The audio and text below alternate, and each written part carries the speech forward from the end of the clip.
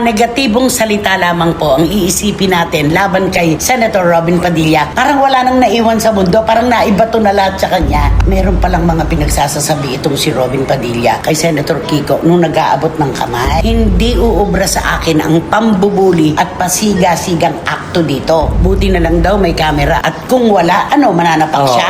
Buti may camera, nakita ng buong bayan kung anong inasal mo habang nagsasalita ang kapwa mo senador. Ano ba to? Akala ba ni Senator Robin nasa shooting o taping siya? Naging miyembro ka lang ngayon na majority, yumabang ka na. Buong bayan na nakasaksi kung paano pinairal ang kayabangan mo.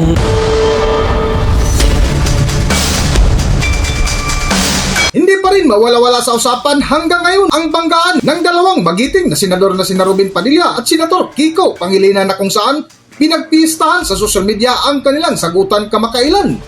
Sa vlog nga ng bitiranang kolumnista si Christopher Min ay isa ito sa kanilang mainit na paksa na kung saan naging sentro sa kanilang kwentuhan na isa sa kanilang binitiwang salita na kung negatibo man ang pag-uusapan ay wala nang natira ngayon laban kay Robin Padilla. Ito po yung talagang pinagpipistahan ng buong bayan ngayon.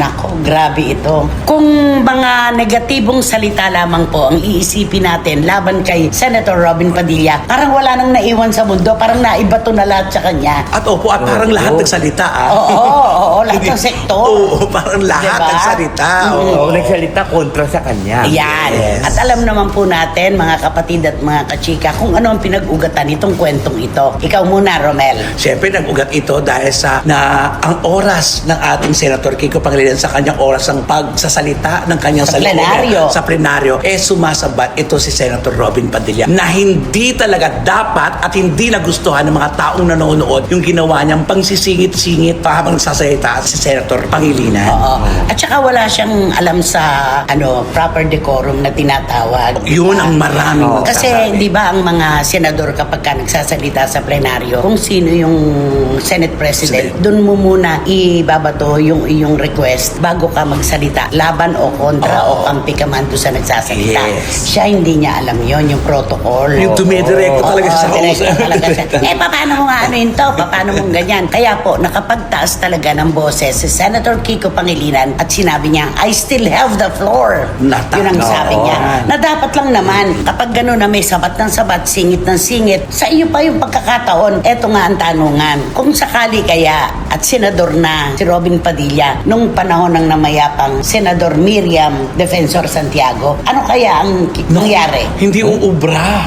Hindi uubra. Talagang magsisimula pala siya, stop it! Gagano kagad yun, di ba? Oo, at saka grabe siya to. Pagka palalabasin ka nun. Hindi naman kapwa senador yun. Pag kami kibitser na, naalala mo yung iiling-iling nun. At saka yung bulong ng bulong. Yung bulong ng Nakikita bulong. na. Get out! Ginagano niya. Pero siguro kay Senator Robin ang sasabihin niya, I'm still talking. Wait for your chance. Ganon. Yan, oo nga. Hindi naman niya sasabing, shut your mouth and get out. Wala Walang naman gano'n kasi ganon. senador yun. Pero kung ano lang yun yung Kapwa nasa likuran senador. nyo. At saka diba dapat kasi isipin kasi ni Senator Robin Padilla na may oras yun. Dapat hintayin niya muna makatapos si Tama. Senator Kiko Dapat Pangilinan. ganun. Tama. Bago siya tapos dapat magsabi siya kung mag-ano siya doon sa President. Mr. President, pwede siya umano doon. Oo, ganito, eto na nga, pinalampas na yon ni Senator Kiko Pangilinan, di ba? Humirit pa ulit si Senator Robin. Sabi niya, Mr. President, pwede ba ako magreklamo? Ayun na. Sabi niya, pwede ko ba ireklamo yun? Nasiligawan ako. Mag-file daw siya ng complaint sa Ethics Committee. Oo. Ganon. Alam mo, nagmukha siyang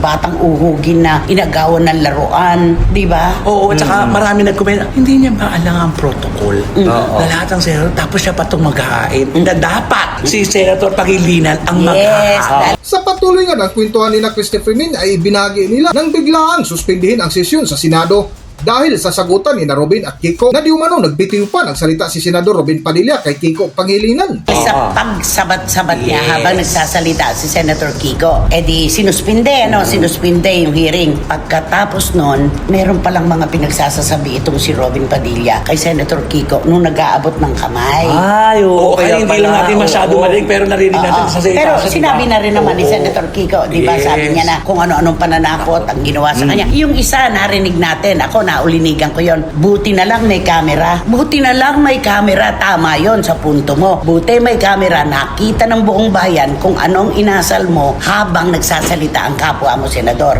Pero pangalawang interpretasyon ng marami doon, buti na lang daw may camera. At kung wala, mananapak siya? Mananakit siya? Gulo, suntukan sa loob ng Senado. Ang tiba Ganon. ganda yun. Ano din, tsaka dapat kasi isipin na ni Senator Robin Padilla na nasa plenary siya ng Senado. Pagka magdebate, dapat kasi, ba sabi nga ng isa nagkukomment, dapat mag-aral muna siya ng Debate 101. Oo, para malaman niya na, kasi pagka May nagtataas talaga ng boses. Yun nga, napakasimple yung I still have the floor.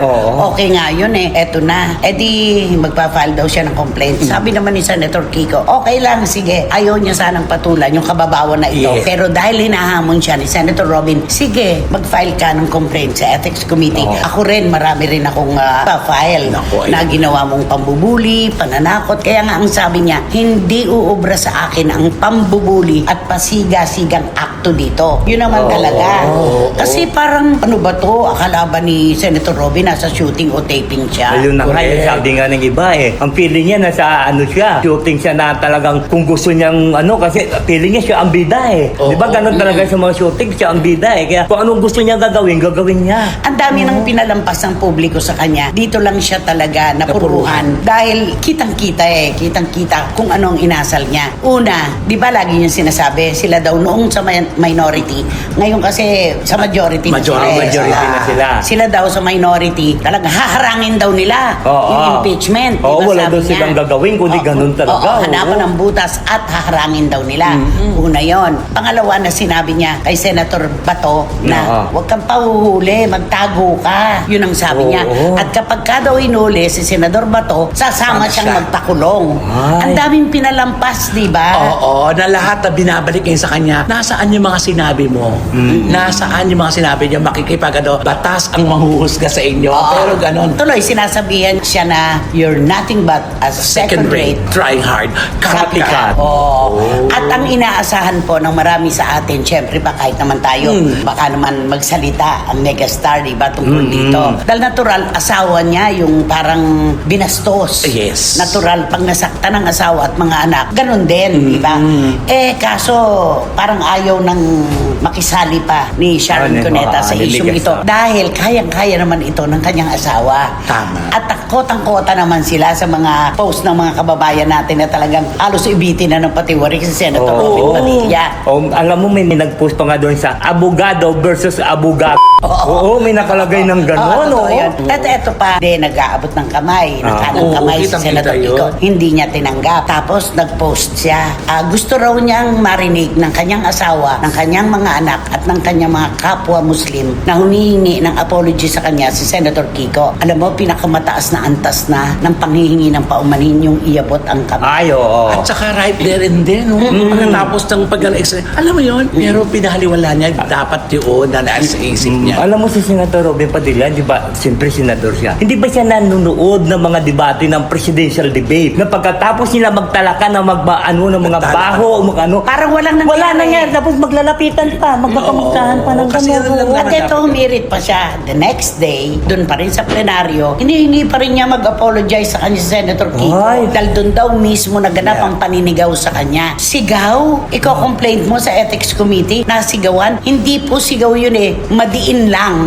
Dahil tama. singit ng singit habang nagsasalita ka, ano syempre ang sasabihin mo? I still have the floor.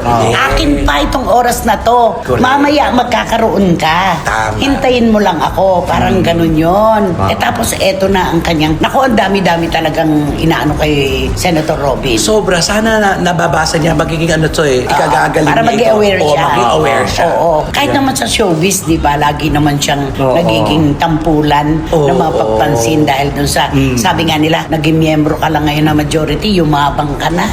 Ganon. Ano ba yung sabi meron nga, masasabi dyan? Ang sabi nila, si Robin Padilla parang hindi sanay sa showbiz. Hindi ba sa showbiz may intriga yung mundo nyo? Ay sa politika may intriga, pareho lang yun eh. Sabi, showbiz at saka politika, pareho lang. At saka, sigaw. Ano ba to? Ewan na. At saka sa trabaho nila yun, hindi maiiwasan talagang hindi ka magtasabos kasi may pinupunto ka. Oo. At Yun yun pare-pareho kayo may Oo. pinupunto. Oo. Nagkakadiinan kayo, nagkakataasan ng boses, pero hindi ibig sabihin inaaway ka. True. tama. Yun lang yun. Ay, alam mo ito si Robin Padilla, naisip ko nga. Paano kaya sa shooting yun, di ba? Kung sigawan sa isang director, di ba? Pag mali yung step yan, siyempre sisigaw ng malakas yan, di ba? Cut! Di ba gaganon yung director? No, paano? Di ba pag mali yung step niya, di ba? Pag mali Hindi yung mo step yung routine. Oo, yung routine niya, pag mali yung routine, hindi sisigaw na, Cut! Ano ito sabi? Pupunta niya na, ba't mo ako sinisigawan? Oo, di ba? Nahawa, hindi pa siya nahawakan ni Direk Joel Lamangan eh. Hindi pa. Hindi pa, Hindi pa. Hindi pa siya na-direct ni Direk Kasi Joel. nga, si Direk Joel pang drama. Ang dami. At may kasamang mura yun. Ay, may kasamang mumurahin siya diba? noon. Malala yun. Oo, Ano sasabihin niya? Ikaw complaint din niya si, Siya i-text ko. si Direk Joel. hindi dapat pinaiiral dito yung kawalan ng saysay. Pangalawa, huwag niyang pamaralihin na nung kumandidato siya ay nag-number 1 siya bilang senador. Ang tanong ng bayan kasi, naluklok ka bilang numero 1 senador, nakapag-deliver ka ba ng inaasahan sa'yo? Yun tuloy ang Tapos hinihanap. ganito pa. At eto ngayon, mainit na naman ang kanyang pangalan. Nakababad na naman siya sa kumukulong tubig dahil hawak na nga naman. Hawak na nila ang bit. Oo, hawak na Diba? nila. Oo, kaya lalo naman lahat ng mata ay nakatutok sa kanya at lahat ng galaw nila may interpretasyon. Kaya Kasi nga, siya ang kasama ni Senador Bato nung tumakas mula sa Senado. Oo. Sabi nila sila mag-iingat kasi daw wala daw warrant of arrest. Sabi ni SP Cayetano, ba't kayo nag-file? Yung kampo ni Senator Bato, ba't kayo nag-file ng sa Supreme Court? Ba't humihingi kayo ng TRO kung wala naman pala kayong pinaghahandaan na warrant of warrant, arrest, oo. diba? Nakakaloka. Oo nga. Tapos ngayon, si Senator Robin ang kasama. Kaya eto na naman. Oo. Nakatutok na naman sa kanya ang publiko ngayon. Nabasa mo yung text ng doktor ko kanina, Dr. Ryan Olaivar? Nagtatanong Diba? na. Pakisabihan mo nga yan. Nakakahiya na. Sabi niya, nakakahiya na sa publiko. Nakakahiya na para sa bansa natin. Isipin mo itong mga nagaganap na to. It's all over the world. Ay, oo. Nasa Amerika na tayo, nasa Lahat. Europa, nasa Oo. Canada. Talagang ibang klase. Hawak mo na, nakulagpos pa. iba talaga ang Pinoy. Sabi niya, iba talaga ang Pinoy. Only in the Philippines. Oo. Di ba talaga naman? Yung kay yung kay Senator Robin, sana ihiwalay niya yung pagiging artista niya sa pagiging politiko niya. Numero 1 pa naman. Hindi dapat ganun. Dapat ay alam mo kung ano ang mga hakbang, alam mo ang batas kung saan ka kinukulang ng interpretasyon. Dapat alam mo yon. Sa dulungan ng kwentuhan ni Christopher Min ay binagi nila ang asta ni Senador Robin Padilla sa harapan ni Senator Kiko Pangilinan na ayon pa ni Christopher Min, nakala daw ni Robin Padilla ay uurungan ito ni Kiko Pangilinan. Para sa buong kwento, narito ating panoorin ang video. Narito ang video. Tumaas lang ang boses ng kapwa mo, Senador. Sinigawan ka na at irereklamo mo na sa Ethics Committee. Oo nga. Kakaloka. Akala naman niya uurungan siya ni Senator Kiko. Akala Ay, oo niya. naman. Tsaka alam niya dapat yung mga ganun dahil dapat nanonood siya ng mga nagtatalo-talo. Ayun na nga. Oo. Kulang nga eh. Dapat ganun, mas malala nga yung iba talagang pataas na talaga. Kulang na lang magmurahan, di ba? Pero Kulang hindi na lang. Kulang na lang, suntukin ka ng gano'n. Buti ang media hindi nagreklamo kay Senate President Alan Cayetano Oo. doon sa press Oo, con. Diba? nasinigas- Naghampas-hampas Oo, pa siya ng sumigaw kamay. din, oo. Under attack daw Oo. ang Senate. Under attack. Siya lang unang nagpaputok. Ang inaatake talaga, sinusugod. Oo. Diba? Nakakaloka sila. Pero itong si Senator Robin Padilla, hindi ka makakawala ngayon sa komento at mga opinyon ng publiko. Kitang-kita kasi kung saan ka nadulas, kung saan ka nadapa. Hindi mo agad-agad yan mababangunan. Totoo. Wala. Ano na yun, nakatatak na yun. Habang buhay ito, nakatatak na. Sinabi lang, I still have the floor. Tumaas lang ang boses. Magre-reklamo na. Ano ba naman to? At saka sana nga, di ba meron naman siya mga abogadong kasama doon na nag-ano yan. Oo, ba't hindi siya pinapayuhan? Di ba? Sabi nga rin nila, bakit ako? Mamaya ka na sa puso. Oo nga. Dapat di Ang totoo siya ang nanigaw eh. Siya ang nanigaw. Oo, kasi siya yung comment ng comment dun sa Oo. tabi habang Eh, paano natin maalala? May ang pinagtatalunan Oo. kasi kung susuko na ba Oo. si Senador Nung wala Bato o dito, hindi. gumagawa siya. Nung wala dito, hinahanap nyo. Ngayon na dito, di ba mga ganun-ganun? Hanay pa naman natin siya kabilang. Oo, pero sana, Napakabait pa nga ng showbiz sa iyo. Maraming talagang gusto kang sansalain. Nagpipigil dahil kahanay ka ng showbiz ng mga artista. Pero this time, hindi ka pwede makawala. Nakita ng publiko, buong bayan na nakasaksi kung paano pinairal ang kayabangan mo. Yun lang. sayang marami pa naman nagsasabi, di ba, sa mga showbiz, sa mga katrabaho niya, mabait siya. Alam niyo ba yung mga ganun daw, yung Iba napakabait kasi yung talaga mabait niya. Oo. sa hindi nagpapairal ng kagandahang asal. Ayun na. Oo. Diba? Iba yun eh. Ibang-iba yun. Alam mo, may nabasa pa nga ako doon sa isang Facebook na sabi na parang gusto nga daw nila i-recall yung kaso ni Robin Padilla dati doon na yung kasi di ba ex-convict Hindi, siya. lagi niyang sinasabi, Oo. ex-convict. Binabalikan nga yun. Pero yun naman kasi, ay napagbayaran na Tapos niya. na yun, pass na yun. Totoo naman yun. Nakulong na siya. At siya naman ay tuluyan ng binigyan. Nung una kasi, temporary Oo, liberty kasi pardon lang yun eh. Oo. Presidential pardon lang yun. Pero nung huli, talaga ibinigay na ang kanyang kalayaan. Di ba pag kami nagte-text sa atin sa kabilang programa sa CFM, hindi ko binabasa yung ex-convict. Yes. Pero kung talagang karugtong nung ginagawa niya, katulad yung, what do you expect from an ex-convict? No. Hindi Ayun, mo oo, pwedeng yan, alisin oo. yun. Kasi yun ang emosyon ng ating mga kababayan. Basta sa pangkalahatan, walang nagkagusto sa ginawa niya kay Senator Kiko Pangilinan. Kung magsasalita man po si Sharon Cuneta tungkol dito, may intindihan natin. Si Kaki, na napaka-open din, may intindihan natin. Tama, oo. Asawa, anak, ang mag-aangat ng kanilang opinion dyan. Pero dahil sa ang mga tao na mismo rin ang nagtatanggol. Kota-kota na eh. Kota na, ano pa ba? Oo. Ayun na nagsalita na ang taong bayan. Totoo yan. Pati nga yun sa kanila ni Sharon na uungkat. Oo, ang dami mga Oo, memes. marami mga memes. nga. Na, totoo daw, kaya daw galit na galit si Robin Padilla kay Senator Kiko dahil hindi siya ang nagustuhan. Oo, hindi daw siya. At nagpakasal daw si Sharon ay kay Senator Kiko. Mga ganun. Hanggang dito na lang muna ang ating video at kung nagustuhan nyo, huwag kalimutan mag-subscribe at pindutin nyo na rin ang notification bell para ma-notify ko sa ating susunod na video. Maraming salamat!